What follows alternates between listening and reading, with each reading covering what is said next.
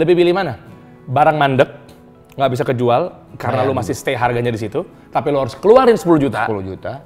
Atau lu jual rugi, sedapatnya apapun itu, laku setengah, laku semua, laku berikutnya apapun, rugi ini, dapat 9 juta deh. Misal, kan rugi dong. Iya. Lu kan cuma ngeluarin 1 juta. 1 juta, daripada 10 juta gitu ya. Berarti lu lebih setuju yang mana? Ya itulah, yang 9 juta lah. Yang buzzer TikTok Kang Arman ternyata. Baru tahu.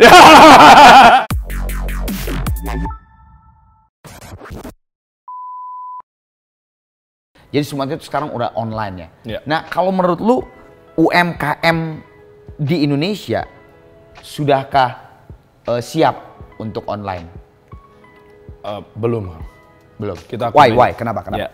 Jadi gue bahas dari konteksnya nih, kita padetin ya. Ini banyak masalah dan kompleksitas banget. Oke. Jadi kita nih UMKM, kita ngomong UMKM berarti ada kata M di situ, ada huruf M berarti mikro. Dia yang benar paling kecil ya. Itu 97 sampai 98%, anggaplah 97%. Itu UMKM. UMKM ada huruf M berarti mikro. Ya. Itu yang paling bawah tuh. Usaha mikro kecil menengah. Jadi mikro tuh lebih kecil daripada kecil. Ya.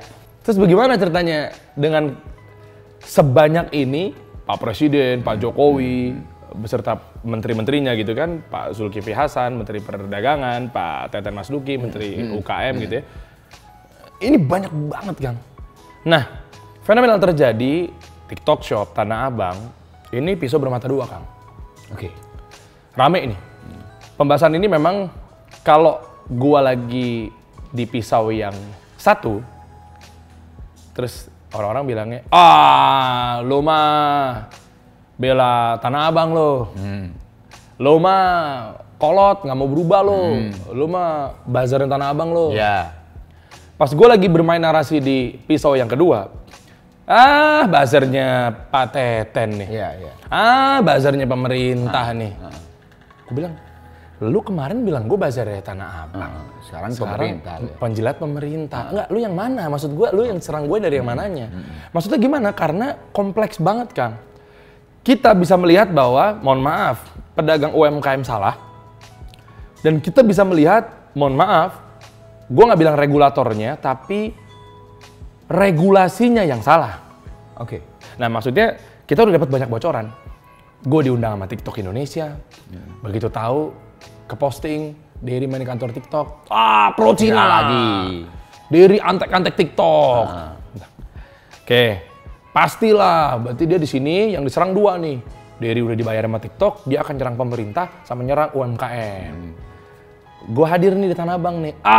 Ini nih dibayar nih sama porter, sama angkot yang trayeknya ke Tanah Abang karena mereka nggak ke bagian kue. Gue lagi jalan sama Pak Teten nih, ini bazar pemerintah. Lu maunya apa sih? Bingung gue. Bingung gue kan. Padahal ini tuh memang buat kemaslahatan UMKM. Nah ini kita bahas nih. Ya, lu mau bahas dari mana dulu? Nggak sesimpel itu karena ini tuh kompleks banget maksudnya kan. Jadi lu juga datang ke sini, datang ke sana untuk semuanya tuh jadi ternyata solusinya adalah ini atau ternyata masalahnya di sini.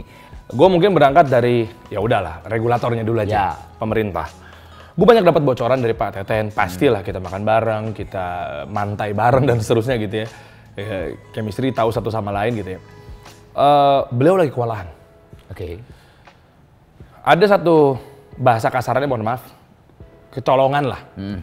Dalam tanda kutip, asing masuk ke Indonesia. Dan gue ngomong ini disclaimer, gue nggak mengatasnamakan representasi negara ya. Tapi memang ini yang saya dapat pure atas nama Dery Hansa gitu ya. Negara ini nggak menutup investasi asing. Oke. Kita membuka, wajar untuk devisa negara dan seterusnya. Kita nggak alergi sama investasi asing gitu ya. Nah, namun yang perlu digarisbawahi, ketika masuk ke sini, ternyata ada beberapa banyak yang harus izinnya jelas. Makanya kemarin kalau kita berangkat dari regulasi, betul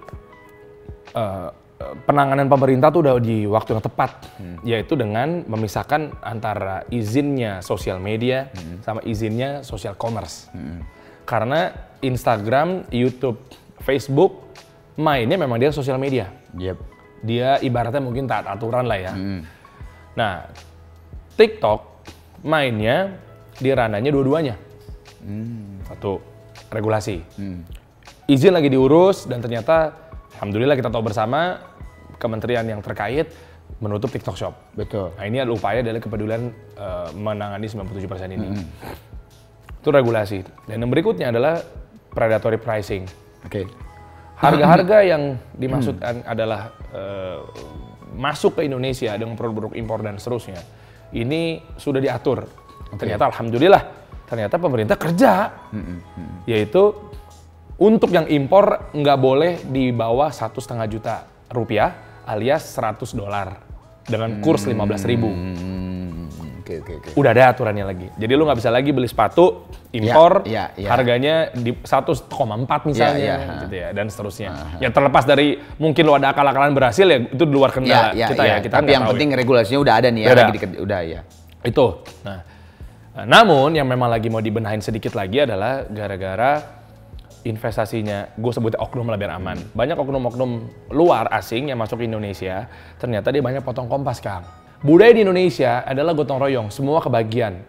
Dari mulai pabriknya bikin kain, oper ke pedagang besar kain, bawahnya semi grosir, bawahnya business owner yang bikin baju, pemilik brand baju, bawahnya lagi reseller,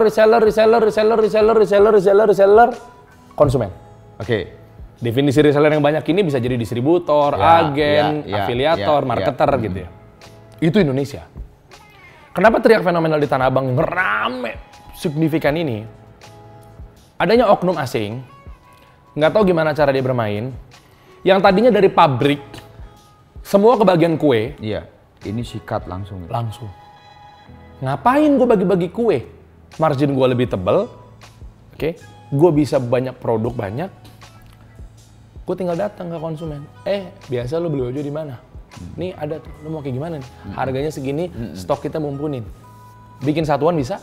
Nah, mungkin kalau dulu, kenapa dibagi-bagi dari pabrik itu susah bagi-baginya?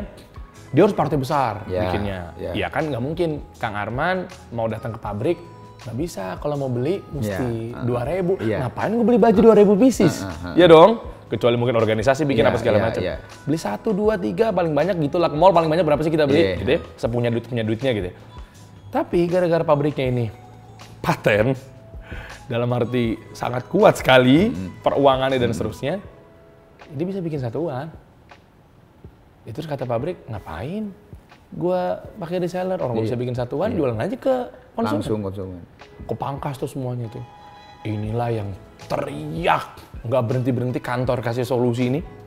Banyak pengaduan jadinya, karena kami media kan, suarakan ini dong. Yang tadi gue sebutin, datang satu-satu.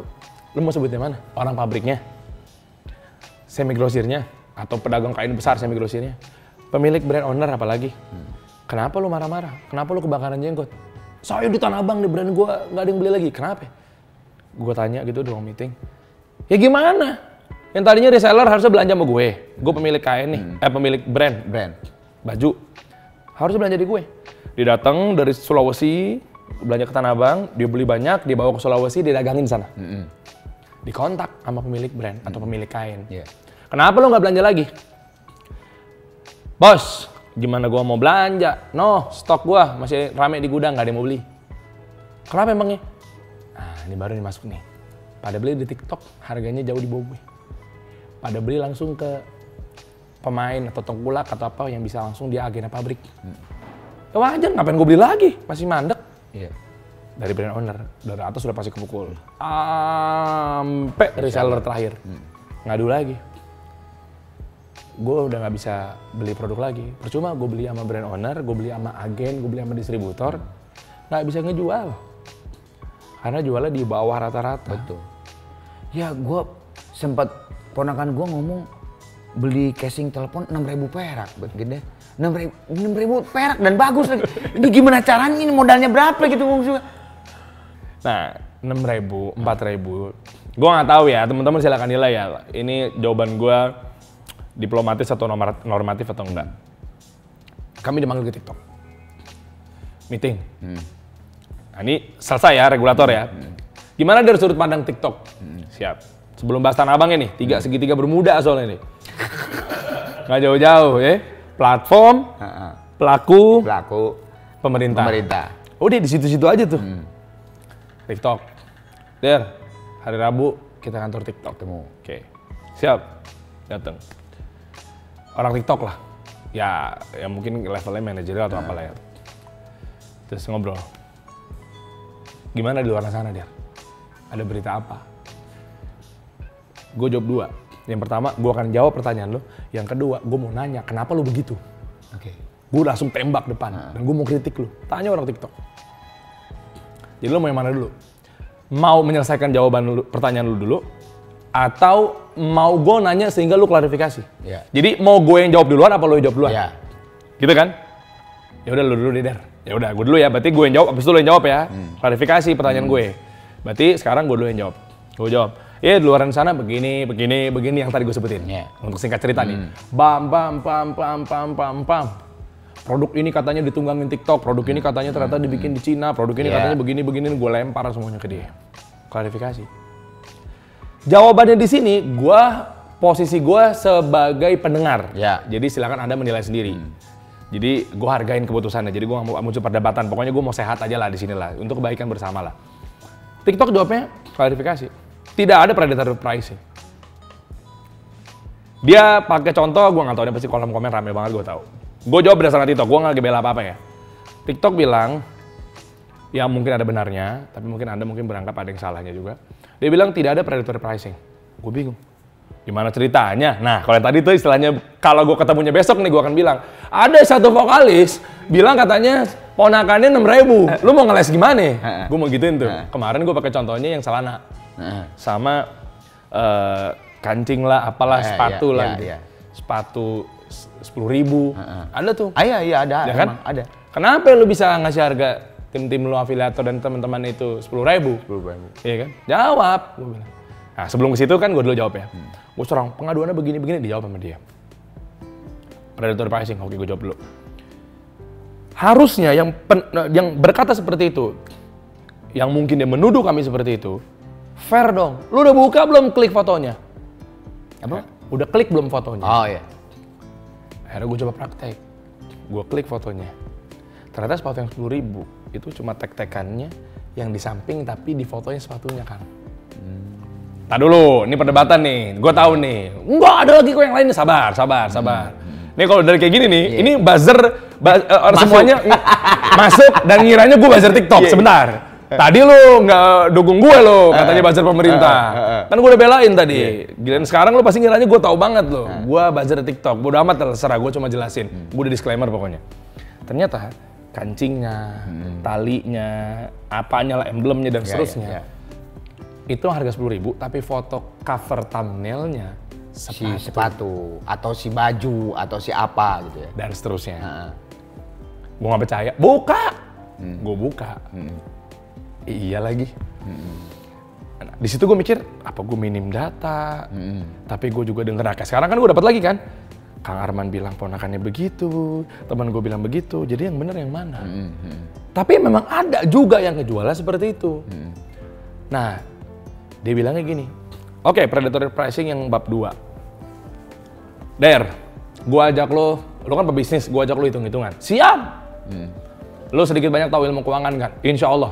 Lo mau dari mana? Dari cash flow, siap. Ini gue coba sederhanain kata-katanya ya. Misalnya di sini ceritanya, contohnya Kang Arman. Ya. Contohnya ya, biar gampang ya. Kang Arman punya bisnis baju. Pasti ada inventory dong. Gudang lah. Taruh tuh di belakang situ. Oke. Numpuk. Gudang itu ada biaya produksinya nggak? Pegawai. Listrik, sebutin. Apa coba? Yang ngurusin gudang, cleaning service termasuk deh. Lo harus keluarin tiap bulan kan? Gaji-gaji mereka kan? Listriknya, yang ngepel. Ya standar lah, udah standar lah itu mah. Packing segala macam. Full nih, anggaplah di dalam itu ada 10.000 pieces. Dead stock. Lo live. Nggak keluar tuh barang. Mungkin nggak laku apa segala macam. Pertanyaan gue, di bulan depan lo harus ngeluarin gaji-gaji itu kan? Biaya produksi apapun yang ada urusan sama gudang. Gue bilang, terus kenapa dibanting harganya? Lu bisa jual sengawur-ngawur, sengaco-ngaco itu harganya. Orang-orang lu deh yang lu produksi itu katanya. Oke, gue berdasarkan fakta nih, Der. Dia sampai ngomong gitu, orang TikTok. Ini pertama kali gue buka di sini nih, karena belum gue buka secara detail. Biaya itu harus berjalan. Pilih mana sekarang? dia mandekin, dia harus keluar katakanlah total biaya gaji berapa? 10 juta misalnya. Gaji packing, gaji ini, listrik apa segala macam. 10 juta lu harus keluar nih bulan tanggal 25 nih. Lebih pilih mana? Barang mandek, nggak bisa kejual karena lu masih stay harganya di situ, tapi lu harus keluarin 10 juta. 10 juta. Atau lu jual rugi, sedapatnya apapun itu, laku setengah, laku semua, laku berikutnya apapun, rugi nih, dapat 9 juta deh. Misal, kan rugi dong. Iya. Lu kan cuma ngeluarin 1 juta. 1 juta, daripada 10 juta gitu ya. Berarti lu lebih setuju yang mana? Ya itulah, yang 9 juta lah. Yang buzzer TikTok Kang Arman ternyata. Baru tahu. Gue ngomong kayak gitu tuh, yang kayak gini-gini, sangkanya begitu. Nah, tapi maksudnya fair lah teman-teman. Gue nggak lagi bahas nih, gue jadi bela siapa-siapa ya. Sekarang memang konteksnya sih omongan dari TikTok. Make sense dalam arti kita tutup dulu bendera TikToknya deh. Yeah. Kami di pengusaha, teman-teman pasti ngalamin lah yang namanya cash flow babak belur. Nggak bisa gaji karyawan. Kalau kondisinya seperti itu, gue yakin 1000% gue keluar dengan secara sadar, tanpa paksaan, gue bilang, gue pilih cara yang jual rugi, yang dikatakan predatory pricing. Atas nama diri pribadi nih.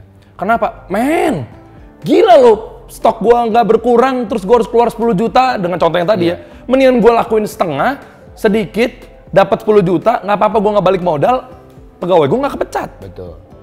Loh, gue pengusaha men. Nah, itu yang menurut penyaksian dan perkataan statement dari TikTok, dengan aduan TikTok pun gerak. Nanya, kenapa lu bisa begitu? Gue diserang nih sama pemerintah. Lu jangan gitulah, masa kayak gitu? Nah, sadar nggak? Lu juga harus fair teman-teman. Gue nggak lagi bela TikToknya, tapi lihat dari sisi seberangnya. TikTok ngasih peraturan banyak nggak? Sampai lu bilang bahwa lu ngasih gratisan aja katanya bisa di-ban.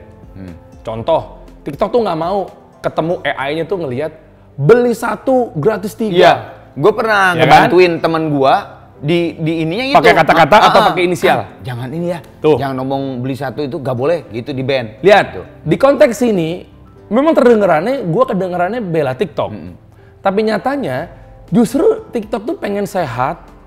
Di dalam platformnya itu nggak ada lagi giveaway, nyampah, gratisan. Itu meminimalisir penipuan. Iya dong, lu bisa bilang aja, ori, sepatu 50.000. Tahu dari mana gitu kan? Makanya dia memfilter harga-harga yang nggak wajar itu nggak akan bisa keluar di situ. Makanya beli ini 1, dapatnya begitu dia ngomong. Udah sering lah gue temuin gaya gitu. Padahal dia mau maksud buy one get 3. Tapi beli ini dapat atau ada pakai tulisan gitu-gitu kan, di kepalanya digantung pakai bando. Itu maksudnya. Jadi ketika penyerangan itu gue minta dia klarifikasi, dia jawab, make sense ya. Gue nggak lagi bahas dia bohong atau tidaknya. Kan kita nggak boleh seuzon. Kita harus berbaik sangka. Ya gue kalau jadi pengusaha kan ngelakuin hal yang sama. Bahkan gue kalau bisa 2 kali lipat. Kalau bisa jangan misalnya istilahnya jual tadi 6.000. Kalau perlu 1.000, mungkin gue akan sesadis itu untuk mengamankan biar biaya produksi gue berjalan. Yang tadi lagi ya, balik lagi yang tadi. Itu Kang. Nanti ranah UMKM ada lagi. Aduh. Tapi kalau gue dengar kan, nggak tahu benar atau salah, 10 November ini TikTok bakal aktif lagi, benar nggak? Anda terus tajam sekali ya. Gila, minum dulu. Mentang-mentang gue orang dalam ya. Tahu begini-beginian nih. Aduh. Lu mau tahu TikTok Shop aktifnya kapan? Tanggal berapa tadi dugaannya? 10. Ada yang bilang lagi November. Iya. November. Nggak tahu. Mau tahu detailnya kayak gimana? Kita ketemu lagi di episode 2. Enggak. Gue minum dulu. Iya. Jadi, serba salah. Iya. Ya kalau isu-isu itu sih gue ngambilnya dari ranah diplomatis dulu deh. 2 nih. Yang pertama, teman-teman kenapa sih harus sibukin diri mau dibuka mau enggak?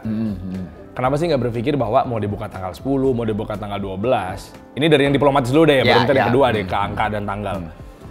Lu fokus aja dulu upgrade skill lu, adaptif.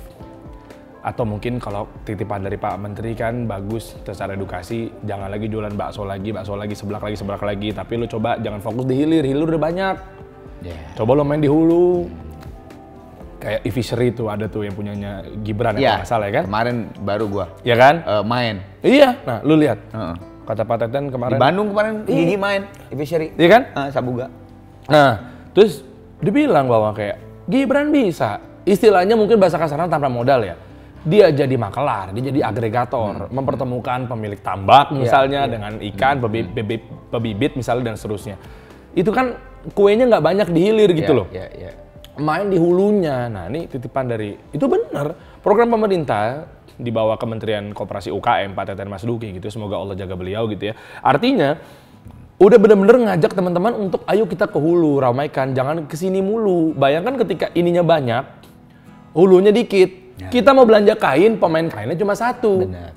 Yang ada nanti giliran lu nggak dapat kain, anggaplah ekonomi udah membaik gitu. Lu nggak dapat kain, sisanya kok gue nggak dapat jatahnya. Tenang, kita lagi produksi, sabar ya. Tuh kan, kenapa lu nggak buat lagi yang satunya lagi misalnya? Itu satu. Dan yang kedua, di konten juga ternyata mohon maaf ya, oknum-oknum di Tanah Abang. Gue bilang oknum kenapa? Karena mereka banyak yang nggak adaptif, Kang. Tentang live. Ini gue atas nama pribadi ya, gue nggak lagi bawa nama manapun, silakan lah Anda mau nyerang saya juga silakan. Tapi saya nyatanya begitu, secara live, masa sih Kang lagi live, ada sih yang kayak begini gitu ya, gue bilangnya nggak semua tapi oknum, view-nya 3, terus tiba-tiba marah-marah sendiri. Ayo dong, mau di-spill yang mana? Handphone, dianggurin tuh. Ayo, bilang aja mau etalase nomor berapa. Kenapa sih ini view-nya nggak naik-naik? Lu nge-live-nya begitu. Sehingga dengan fenomena terjadi ya lo harus adaptif. Nah yang berikutnya kedua, isunya seperti itu, tanggal 10 November dan seterusnya. Tapi gue menyampaikan, kalaupun iya dengan catatan, izinnya harus benar dulu.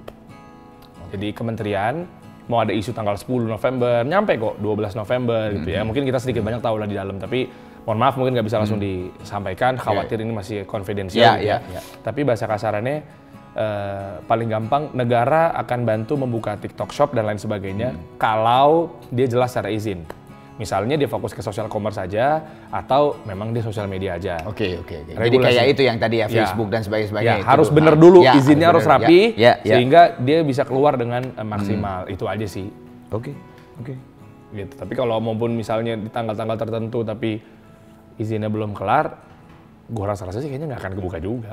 Karena izin lebih penting dari yang segalanya itu. Nggak, dan pasti gue yakin pemerintah juga dengan kejadian kemarin itu akan membawa pelajaran itu gitu kan. Dan pasti akan lebih hati-hati. Karena kan ya memang sekarang tuh media sosial tuh sangat-sangat membantu, tapi akhirnya jadi kompleks. Ya kan? Betul.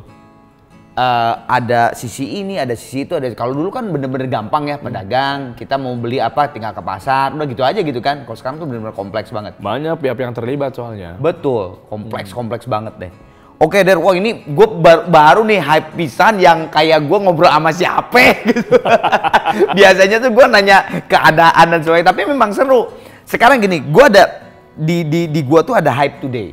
Sesuatu yang memang sekarang hype gitu, today ini, hari ini nih ya. Ini mengenai Palestina, ya penyerangan langsung. Belum ketelan ya air nih. Kita lagi ditunggangi sama penipuan. Ya Allah, ya Robi. Parah. Makanya sampai akhirnya dibilang pasti banyak tuh yang kayak gitu tuh ya. Ya, manusia ya namanya. Kita bilang oknum deh. Iya oknum. Cari lampu merah. Iya. Pakai kotak bantuan Palestina. Bener. Memaafkannya, siklus ini